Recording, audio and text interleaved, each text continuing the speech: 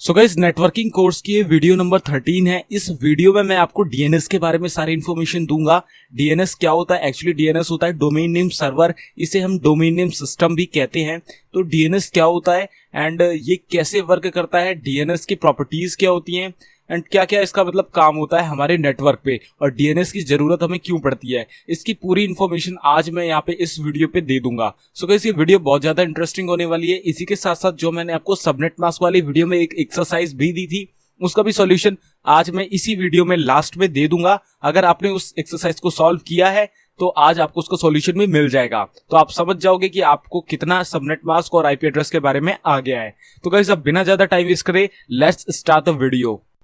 So guys, इस video को शुरू करने से पहले मैं आपको बता दूं, अगर आपने अभी तक गीकी हब को सब्सक्राइब नहीं किया तो काइंडली सब्सक्राइब करके बेल आइकन को ऑल कर लें, ताकि आने वाली कोर्स की कोई भी वीडियो आपसे मिस ना हो। साथ साथ प्लेलिस्ट सेक्शन पे जाके यहाँ पे आप नेटवर्किंग कोर्स की प्लेलिस्ट को एक्सेस कर सकते हैं, बुकमार्क कर सकते हैं, सेव कर सकते हैं, जिससे आने वाली वीडियो तो बिल्कुल आपसे मिस ना हो। और साथ ही साथ आप यहाँ पे और भी बहुत सारे कोर्स यहाँ पे सीख सकते हैं। बहुत सारे कोर्स आपको मैंने यहाँ पे बना के ऑलरेडी दे रखे हैं और फ्यूचर में भी देता रहूंगा। तो अब बिना ज्यादा टाइम वेस्ट करें चलते हैं अपनी वीडियो की तरफ और जानते हैं डिफरेंट टाइप्स ऑफ नेटवर्क के बारे में। सो गाइस, यहाँ पे हम डीएनएस के बारे में समझने वाले हैं। डीएनएस की फुल फॉर्म होती है डोमेन नेम सर्वर या डोमेन नेम सिस्टम। तो यहाँ पे जो हमारा डीएनएस है, इसका पर्पस क्या है? तो guys, addresses are used to locate object. अब मैं यहाँ पे आपको डीएनएस बता देता हूँ डीएनएस एक्चुअली है क्या। देखो, डी का मतलब है डोमेन, ठीक है, डोमेन, और यहाँ पे एन का मतलब है नेम, और एस का मतलब है सर्वर या सिस्टम। तो सर्वर हम यहाँ कंसिडर कर रहे हैं, ठीक है।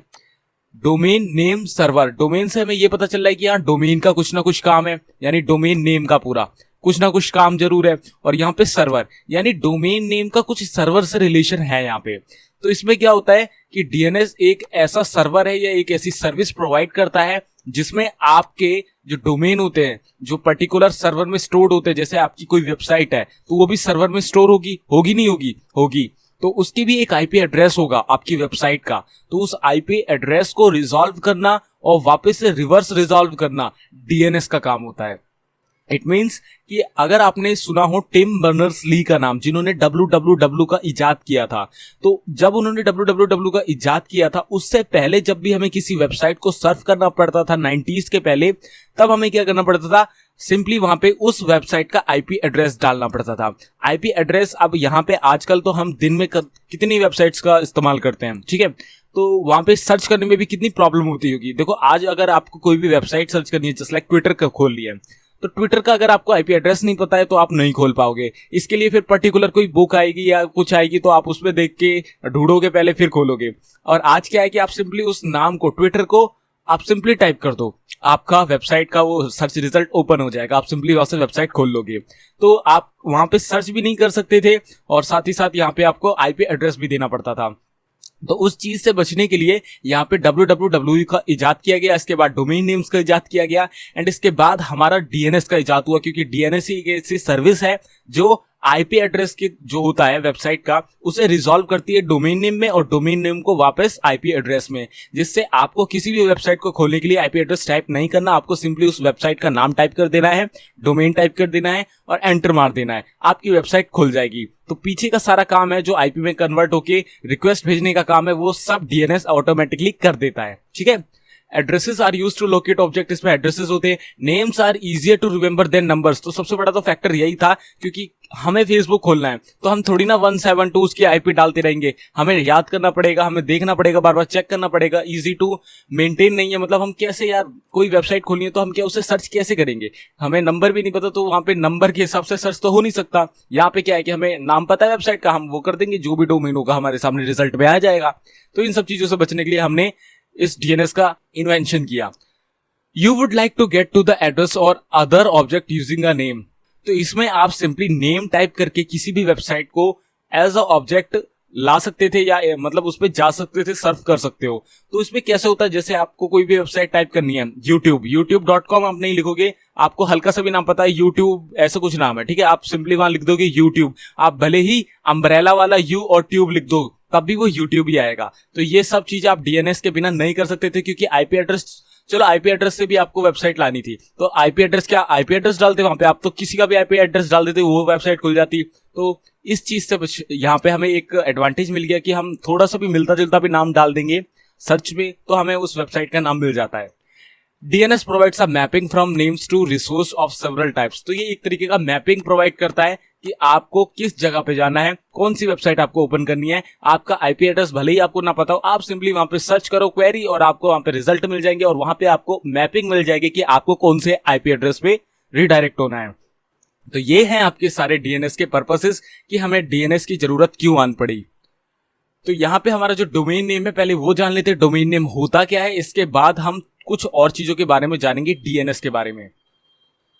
Domain name is a way to identify and locate computers connected to internet. अब इसमें क्या है कि डोमेन नेम से हम किसी भी कंप्यूटर को लोकेट कर सकते हैं पूरे इंटरनेट में। अब कंप्यूटर आपका सर्वर भी हो सकता है जहां पे कुछ ऐसा डाटा स्टोर हो जो आपको चाहिए, अब वो वेबसाइट की फॉर्म में भी हो सकता है, ठीक है। तो आप ये बिल्कुल कंफ्यूज मत करना कि हम कंप्यूटर को कैसे करेंगे, हम तो वेबसाइट का सुना है यहाँ पे डोमेन।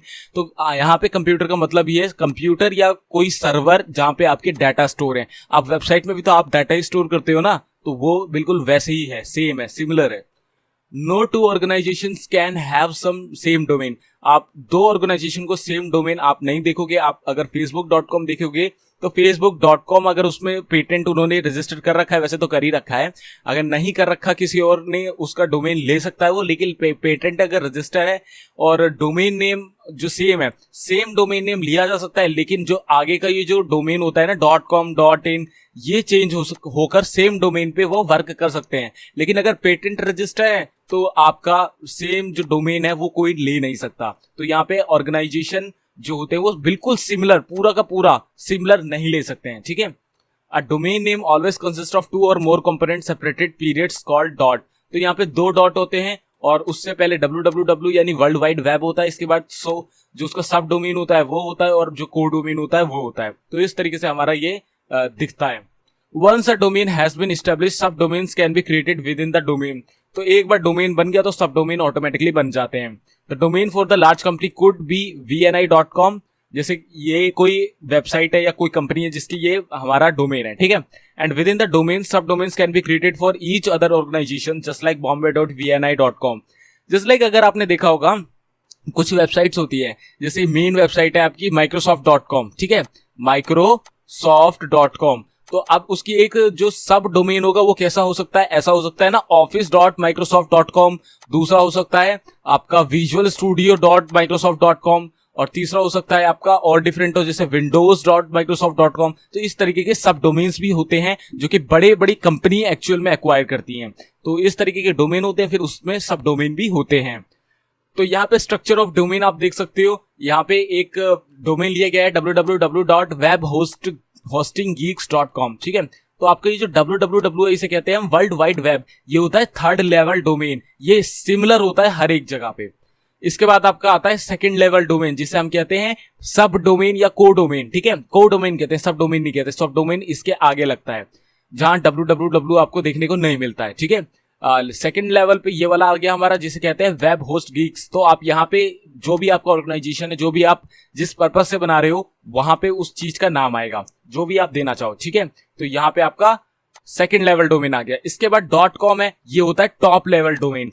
इसी में आपकी चेंजिंग होती है जिससे आप इंटरनेशनली ग्लोबली उस कैटेगराइजेशन में अपनी वेबसाइट को बना सकते हो, एक्सेसिबल करा सकते हो या और भी बहुत सारे काम कर सकते हो, रजिस्ट्रेशन कर सकते हो। तो कैसे होता है ये आगे जानेंगे। तो यहाँ पे टॉप लेवल डोमेन के बारे में जानते हैं। Top level domains are classified into 3 categories. तो एक है ऑर्गेनाइजेशनल और जेनरिक डोमेन, एक है जियोग्राफिकल और कंट्री डोमेन, एक है रिवर्स डोमेन। तो ऑर्गेनाइजेशनल में आपने देखा होगा बहुत सारे डिफरेंट तरीके के वहां पे आपके डोमेन होते हैं, जिसमें आपको देखना होगा यहाँ पे www है जस्ट लाइक, ठीक है, www.microsoft.com, ठीक है, microsoft.com ले रहे हैं। तो microsoft.com है, कॉम मतलब कमर्शियल यूज के लिए है। तो ये हो गया ऑर्गेनाइजेशनल पर्पस के लिए। अब यहाँ पे ऑर्गेनाइजेशनल थोड़ा सा डिफरेंट भी हो सकता है, जस्ट लाइक .com की जगह .org, जस्ट लाइक WHO है वर्ल्ड हेल्थ ऑर्गेनाइजेशन, जो कि एक ऑर्गेनाइजेशन है बड़ा, तो उसके लिए एक स्पेशल यहाँ पे डोमेन है .org, ठीक है।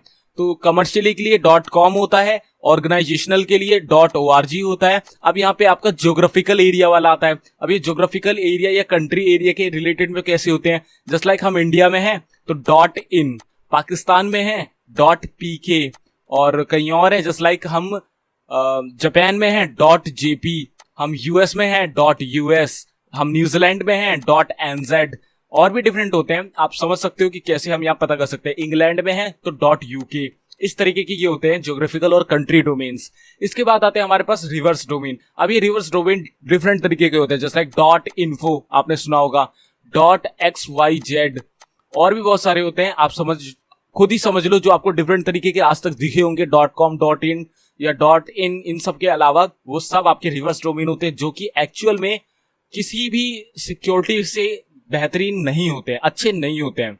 मतलब मैं बता रहा हूं कि बहुत सारे उसमें इश्यूज आ सकते हैं, क्योंकि जो मेन कैटेगराइजेशन है डोमेन का, जो सबसे ज्यादा यूज होता है, क्लासिफाइड होता है या सबसे ज्यादा सर्विसेज वाला होता है, वो होता है आपका ऑर्गेनाइजेशनल और ज्योग्राफिकल। इसके बाद जो ज्यादातर डोमेन आते हैं उनमें HTTPS की सर्विस भी नहीं मिलती है, तो इसलिए वो थोड़ा अनसिक्योर माना जाता है, और बहुत ज्यादा स्कैम्स जो होते हैं वो रिवर्स डोमेन पर ही होते हैं।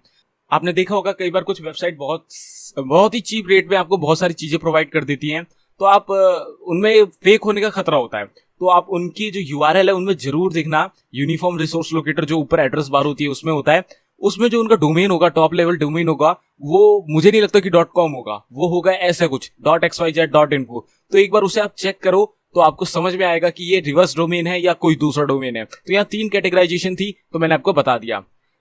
तो ऑर्गेनाइजेशनल और जेनरिक डोमेन्स, यहाँ पे कुछ कैटेगराइजेशन है, आप समझ लो। यहाँ पे जस्ट लाइक .com है, .com मैंने आपको बता दिया कमर्शियल ऑर्गेनाइजेशन के लिए होता है, जस्ट लाइक www.yahoo.com। इसके बाद आता है .net, यानी एक नेटवर्किंग ऑर्गेनाइजेशन, जैसे www.judge.net, यानी एक बहुत बड़ा सा नेटवर्क। नेटवर्क से आप समझ सकते हो एक नेटवर्क जिसमें आपके 10 कंप्यूटर यहाँ पे, 10 कंप्यूटर वहां पे, उन सब में आपस में इंटरेक्शन होता है, तो उसे हम नेटवर्क कहते हैं। लेकिन यहाँ पे नेटवर्किंग वो वाला नेटवर्किंग नहीं है, जैसे आप एक ऑर्गेनाइजेशन है, ठीक है, अब उस ऑर्गेनाइजेशन के नेटवर्क के कहीं जगह पे, तो अब हम क्या करेंगे, अपना डोमेन .net पे ले लेंगे, क्योंकि हमारी जो वेबसाइट है धीरे धीरे उसमें लोग जुड़ेंगे, तो वो एक नेटवर्क बनता चला जाएगा, तो इसलिए वो .net का एक अलग यहाँ पे डोमेन होता है। फिर आता है .gov एक्चुअली गवर्नमेंट पर्पसेस की जितनी भी वेबसाइट्स होती है, वेब पोर्टल्स होते हैं, सर्विसेज होती है, उनके लिए यूज होता है, जस्ट लाइक www.parivahan.gov, इस तरीके से, ठीक है।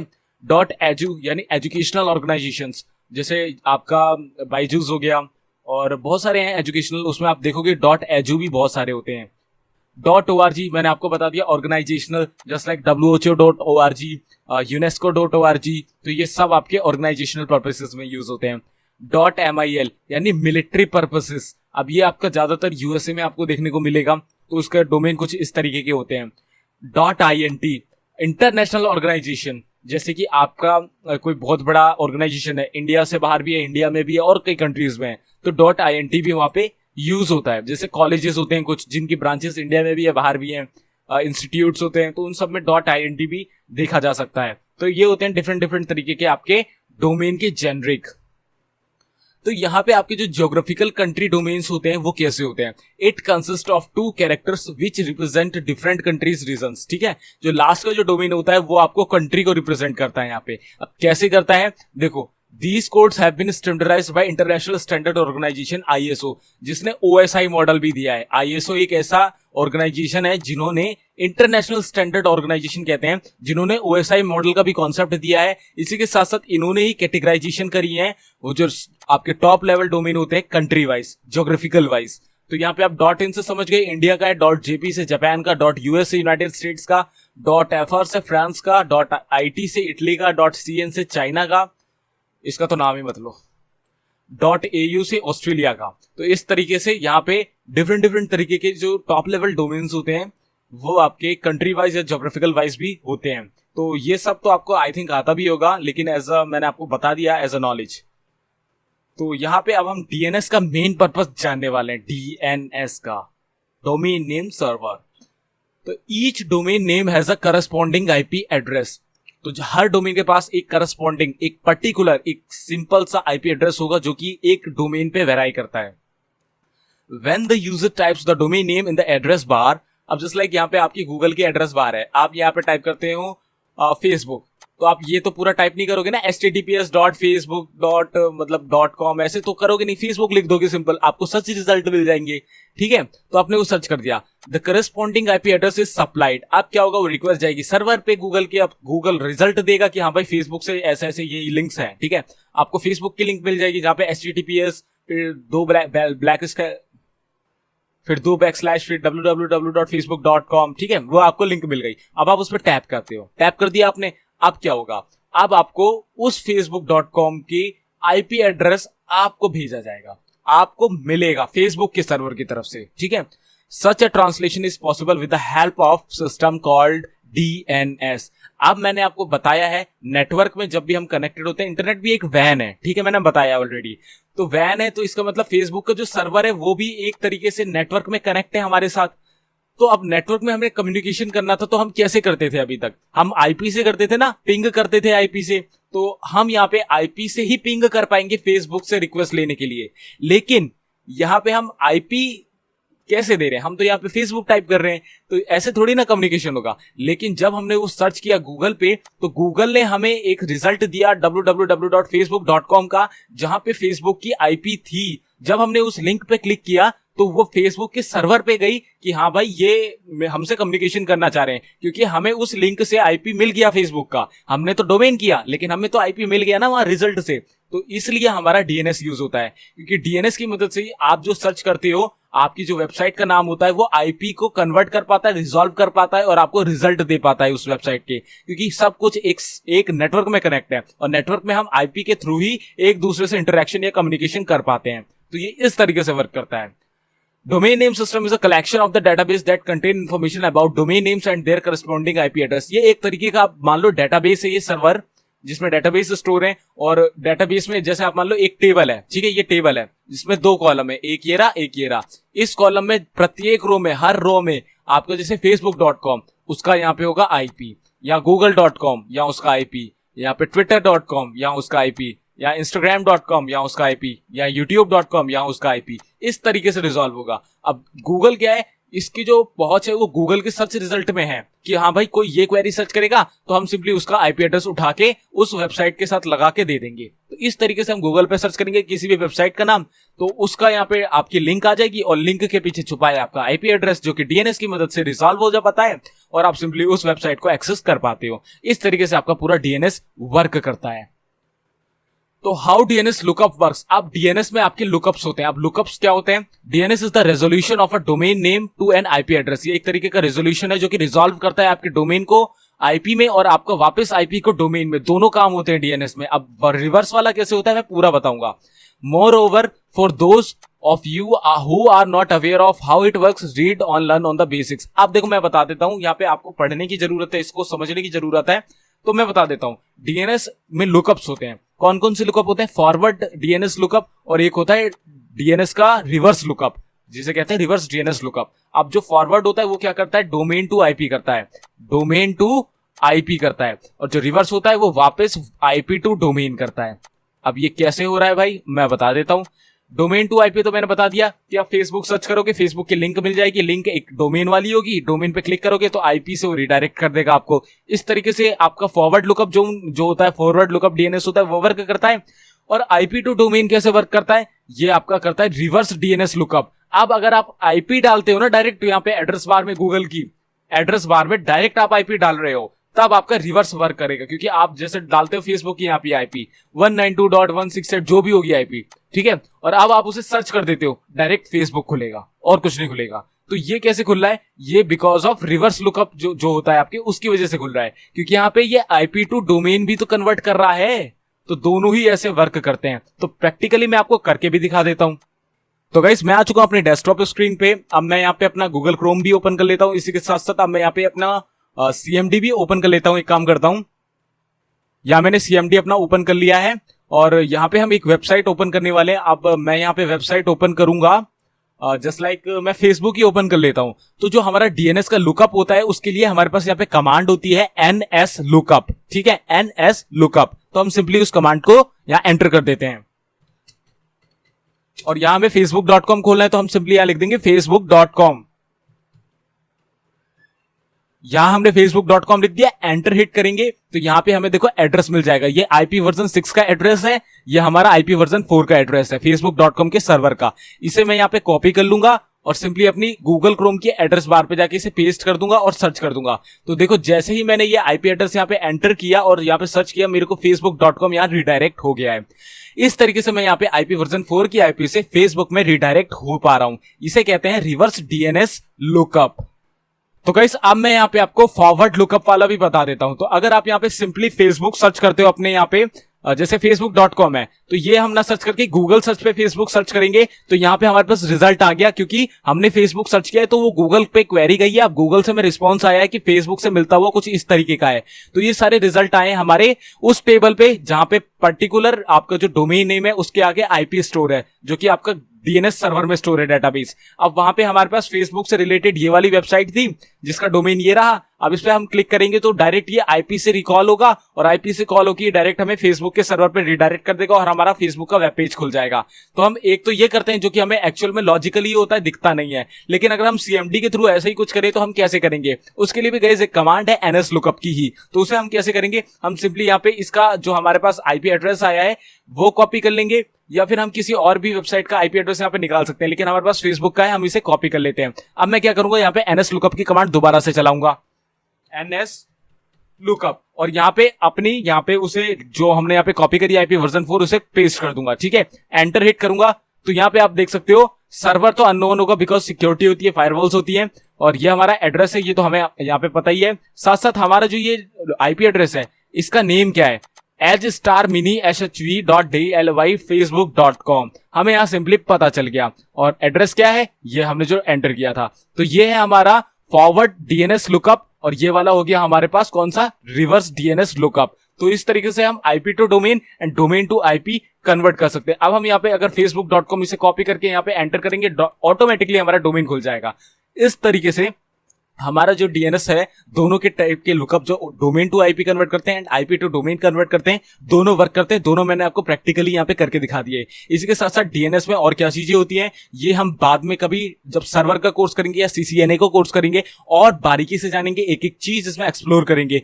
कुछ जोन्स भी होते हैं, कुछ और भी चीजें होती है डीएनएस के बारे में, वो भी एक्सप्लोर करेंगे। अभी यहाँ पे नेटवर्किंग के हिसाब से आपको मैं सारी इन्फॉर्मेशन दे रहा हूँ। सो गाइस यहाँ पे मैंने आपको एग्जाम्पल भी दे दिया। तो यहाँ पे डीएनएस का एग्जाम्पल कुछ एक सिनेरियो टाइप का है, तो आप इसे भी पढ़ लो एक बार। बहुत ही आसान सा सिनेरियो, मैं फटाफट से आपको पढ़ के बता देता हूं। When you type name www.yahoo.com into your browser, it asks local DNS server जो आपके ISP के एंड पे होगा for its IP address। तो ये आपका जो ये क्वेरी है ये जाएगी कहां पे, ISP के पास जो सर्वर है वहां से होती हुई www.yahoo.com पे। ठीक है, तो हमें रिस्पॉन्स पे क्या मिलेगी, वेबसाइट ओपन हो जाएगी।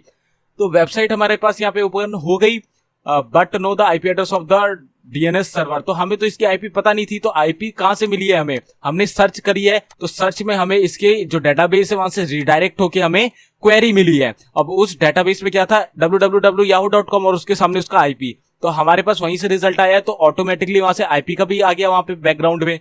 तो हम उस पर जब क्लिक करेंगे तो ऑटोमेटिकली आईपी में रिडायरेक्ट होके हम डायरेक्ट www.yahoo.com वाले सर्वर पे पहुंच जाएंगे।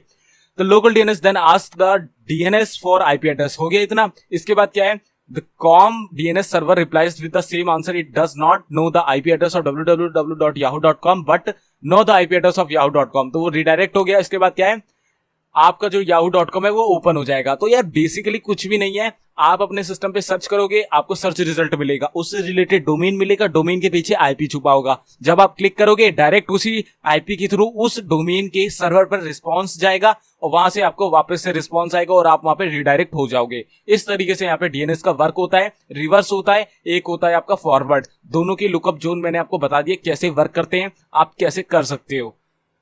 तो वर्किंग ऑफ डोमेन, यहाँ पे एक और आप सिनेरियो देख लो। हमने HTTP वाली रिक्वेस्ट भेजी, यानी गूगल पे रिक्वेस्ट भेजी, वहां पे रिस्पॉन्स आ गया। हमने भेजा था facebook.com, रिस्पॉन्स पे आ गया उसका डोमेन, उससे मिलता जुलता डोमेन, और उस मिलते जुलते डोमेन में हमारे पीछे छुपा था आईपी एड्रेस। अब क्या हुआ, उस आईपी एड्रेस के बाद आपने जैसे उस पर क्लिक किया, वो था जैसे greymousecloud.com कुछ भी है, तो आपने तो डोमेन पे क्लिक किया, लेकिन उसके पीछे छुपा था एक आईपी एड्रेस जो कि उस सर्वर पर रिडायरेक्ट करता था जहां पे ये वेबसाइट स्टोर थी, इसका डाटा स्टोर था। तो आप डायरेक्ट पहुंच गए सर्वर पे, रिस्पॉन्स आपको वहां से वापस आ गया, मतलब आपकी वेबसाइट खुल गई है। इस तरीके से आपका यहाँ पे वर्किंग ऑफ डीएनएस होता है, मतलब डीएनएस वर्क करता है। तो फीचर ऑफ डीएनएस आप देख लो, ग्लोबल डिस्ट्रीब्यूशन, स्केलेबिलिटी एंड डायनेमिसिटी। तो हमारा ग्लोबल डिस्ट्रीब्यूशन क्या होता है, DNS lookup can be performed by any device. तो आप जो डीएनएस होता है वो किसी भी डिवाइस से कर सकते हो। जैसे कि आप कंप्यूटर में अपने क्रोम पे जाके आप कोई भी वेबसाइट सर्च करते हो तो वो वहां पे भी खुलती है, मोबाइल फोन पे भी आपकी अगर सर्च करोगे तो खुल जाएगी। वहां पे ऐसा कुछ नहीं है कि मोबाइल फोन में आपका डीएनएस वर्क नहीं करता। हर एक डिवाइस में जो इंटरनेट से कनेक्ट हो सकता है सब में आपका डीएनएस वर्क करता है। Scalability, no limit of the size of the database. ये जो डेटाबेस आप रोज की कितनी हजारों वेबसाइट्स रजिस्टर होती हैं तो इसकी कोई लिमिट नहीं है। आप सिंपली इसको जो सर्वर है वो इतना बड़ा है, इतना ज्यादा स्पेस है वहां पे कि बहुत सारी वेबसाइट अभी भी एग्जिस्ट कर सकती है वहां पे। तो स्केलेबिलिटी में कोई प्रॉब्लम नहीं है। DNS is perfect for future purposes also. Dynamicity, database can be updated dynamically. मतलब इसमें डायनेमिकली का मतलब है ऑटोमेटिकली सारे काम होते हैं, स्टैटिकली हमें करना नहीं पड़ता। तो हमारा आसानी काफी ज्यादा है कि कोई भी डोमेन रजिस्टर होता है तो ऐसा कुछ नहीं होता कि अमेरिका में जहां सर्वर लगे हुए हैं वहां पे इंजीनियर जाएगा, डेटाबेस में एंट्री करेगा उस वेबसाइट की और उस वेबसाइट की आईपी की। ऐसा कुछ नहीं है, डायनेमिकली ऑटोमेटिकली अपने आप रजिस्टर हो जाएगा और अपडेट हो जाएगा, यानी ऐड, डिलीट, मॉडिफाई अपने आप रिकॉर्ड हो जाएंगे। तो ये सारे इसके फीचर्स थे जो कि इसे बहुत ही अच्छा बना देते हैं। हमारा जो आज का सिस्टम है डीएनएस का वो बहुत ही अच्छा है और हमें कोई भी यहाँ पे ज्यादा बड़ा डिसएडवांटेज देखने को नहीं मिलता है। तो गाइस यहाँ पे आ गया है टाइम जो पिछली एक्सरसाइज मैंने आपको दी थी सबनेट मास्क वाली वीडियो में उसके सॉल्यूशन का। तो यहाँ पे ये रहा सॉल्यूशन। तो आप सॉल्यूशन देख के अपना सॉल्यूशन मैच कर सकते हैं जिसने इस एक्सरसाइज को करा है। तो यहाँ पे देखो मैंने यहाँ पे ये सारी आईपी आपको बताई हुई थी। तो 10.2.1.1 कौन सी क्लास की आपकी आईपी है, क्लास ए की आईपी है। इसमें नेटवर्क कितना था 10.0.0.0, ठीक है, क्योंकि ये क्लास ए में कितना होता है, पहला वाला नेटवर्क होता है, बाकी सारे होस्ट होते हैं, तो होस्ट इसमें 0 हो गए। अब होस्ट में क्या था, नेटवर्क 0 होता है, बाकी होस्ट में नंबर्स होते हैं, तो होस्ट यहाँ पे 0, जो नेटवर्क था वो 0 हो गया और होस्ट आ गए। इस तरीके से सभी जितने भी थे आप देख सकते हो, ये क्लास बी की है, ये क्लास सी की है, क्लास सी की है, फिर बी की है। तो ये सारे यहाँ पे आपको सॉल्यूशन मिल गए हैं। वहीं यहाँ पे आपको एक ओवर लिमिट आईपी भी मैंने दी थी 256 से रिलेटेड होके, तो वो नॉन एग्जिस्टेंट है, तो उसका भी यहाँ पे सॉल्यूशन है। तो आप इस सॉल्यूशन को मैच करें एंड जिसको ये सॉल्यूशन सही आया, एक्सरसाइज करी हुई है, तो गाइस मुझे कमेंट करके बताएं। मैं सबको एक हार्ट और एक रिप्लाई जरूर देने की कोशिश करूंगा। तो अगर आपने ये सॉल्यूशन बिल्कुल परफेक्टली करा है तो जरूर कमेंट करना। और इस चीज के आपको मैं कांग्रेचुलेशन देता हूं कि आप यहाँ पे सबनेट मास्क और आपका आईपी एड्रेस का सारा कॉन्सेप्ट आप समझ चुके हो, आपके वो क्लियर हो गया है। सो गाइस यहीं तक था आज का video. I hope guys you got the point of the video. इस वीडियो में दी हुई इन्फॉर्मेशन आपको समझ में आई होगी। कोई भी क्वेश्चन हो, क्वेरी हो तो जरूर से कमेंट कर देना, इस वीडियो को एक लाइक कर देना। सो गाइस अगली वीडियो में हम रेड सिस्टम के बारे में पढ़ेंगे। रेड होता है redundant array of independent disk, जिसमें हम रेड 0, 1, 2, 3, 4, 5, 10 इन सभी के बारे में एक अच्छा नॉलेज लेंगे। सो गाइस बहुत इंपॉर्टेंट होने वाली है वो वीडियो, उस वीडियो को आप बिल्कुल भी मिस मत करना। सो गाइस मैं मिलता हूं आपसे अगली वीडियो में, तब तक के लिए good bye, take care, stay healthy and जय हिंद।